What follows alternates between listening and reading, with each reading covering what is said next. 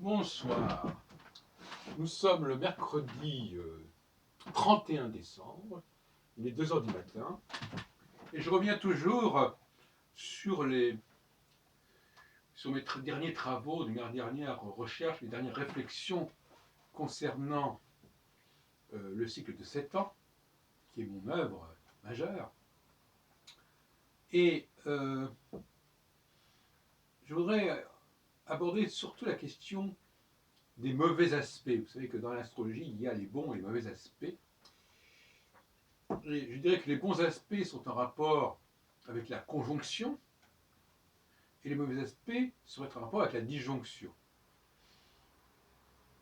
Or, dans mon système, la disjonction correspond à 45 degrés entre Saturne et une étoile fixe royale, et 45 degrés, c'est le cœur même du système des mauvais aspects.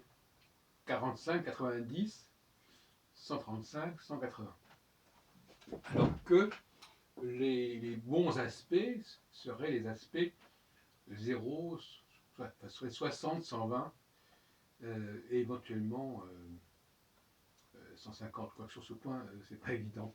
En tout cas, 60 et 120 seraient les bons aspects, 45, 90 seraient les mauvais aspects. Et c'est intéressant parce que mes derniers travaux sur la cyclicité apportent un nouvel éclairage à la question des mauvais aspects, ce qu'on appelle aussi les aspects harmoniques face aux aspects dissonants, ou l'inverse, qu'on voudra.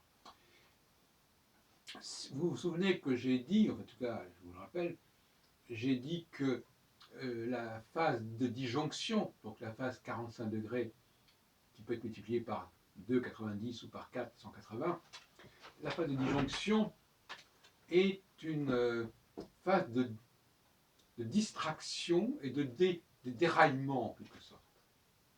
On déraille. On part dans une direction un petit peu imprévue, on oblique. Et je crois que c'est une bonne définition de l'aspect de carré, pour rester sur l'aspect de carré. Ces aspects négatifs, ces aspects dissonants, sont en effet des aspects qui introduisent une problématique, qui introduisent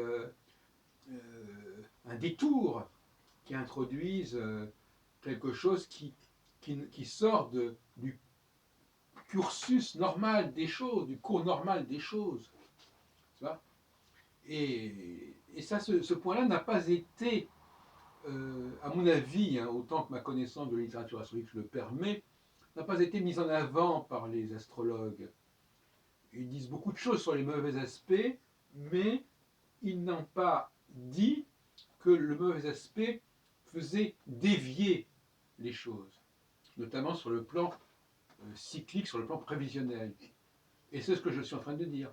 Le mauvais aspect, alors moi, pour moi, le mauvais aspect, il est dans le domaine du cycle de 7 ans, de l'ordre de 45 degrés entre Saturne et une des 4 étoiles fixes royales. Mais si on veut utiliser mon système pour autre chose, le mauvais aspect, quand il y a une configuration, notamment un aspect, un transit, ou même tout simplement un cycle qui comporte des rapports de mauvais aspects entre les deux planètes constitutives du cycle, par exemple entre Saturne et Neptune par exemple, pour parler le langage de nos amis astrologues que je ne partage pas, mais enfin je suis quand même de parler leur langage, et puis de montrer que ce que j'ai trouvé fait résonance avec ce qu'ils font, malgré tout, et que j'apporte même des clés qu'ils ne connaissent pas, qu'ils ne possèdent pas, pour comprendre la problématique bons et mauvais aspects,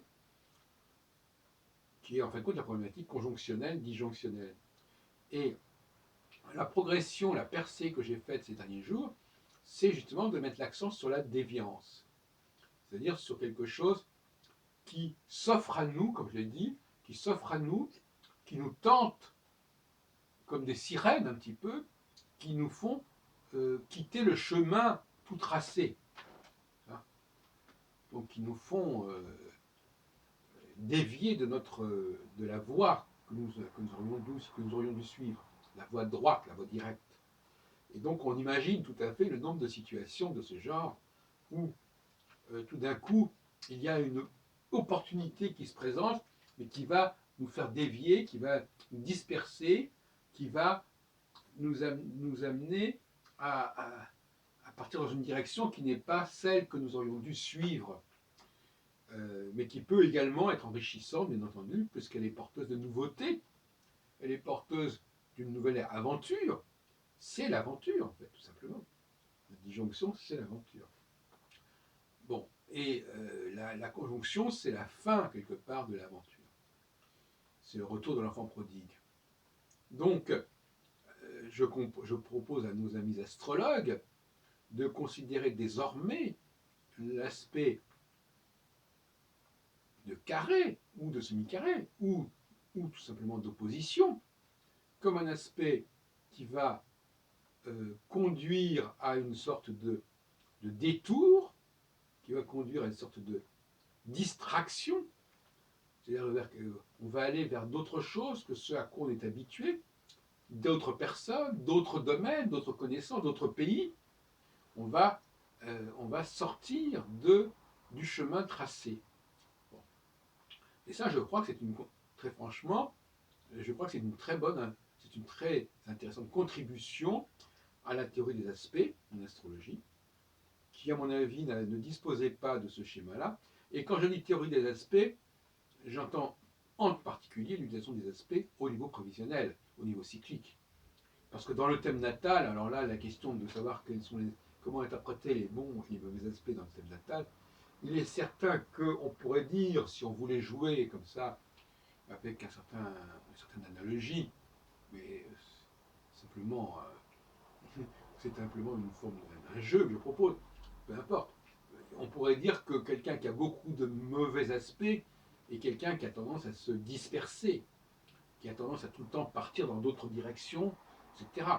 Et quelqu'un qui a surtout une majorité de bons aspects est quelqu'un qui s'en tient à une ligne droite et qui ne dérive pas trop de sa lancée.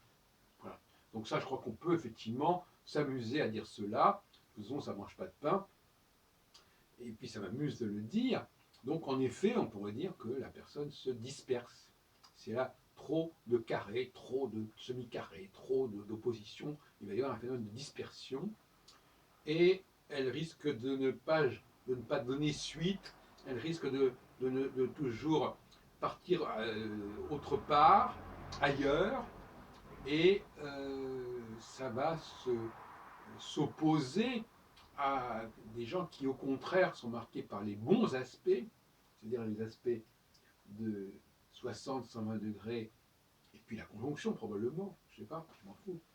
Et donc ceux-là, au contraire, ils vont se méfier, ils vont se garder de certaines tentations, de certaines aubaines, donc ils savent que ça peut les entraîner trop loin, et ça peut valoir pour des hommes politiques, ça peut valoir dans la vie privée. Quelqu'un qui a trop de mauvais aspects va effectivement partir dans un sens et puis dans l'autre, il va osciller, il va sauter sur une nouvelle occasion, etc. L'occasion fait le larron, n'est-ce pas? Et quelqu'un qui a de bons aspects, eh bien, il va s'en tenir au programme, au projet initial, et il n'en démordra pas.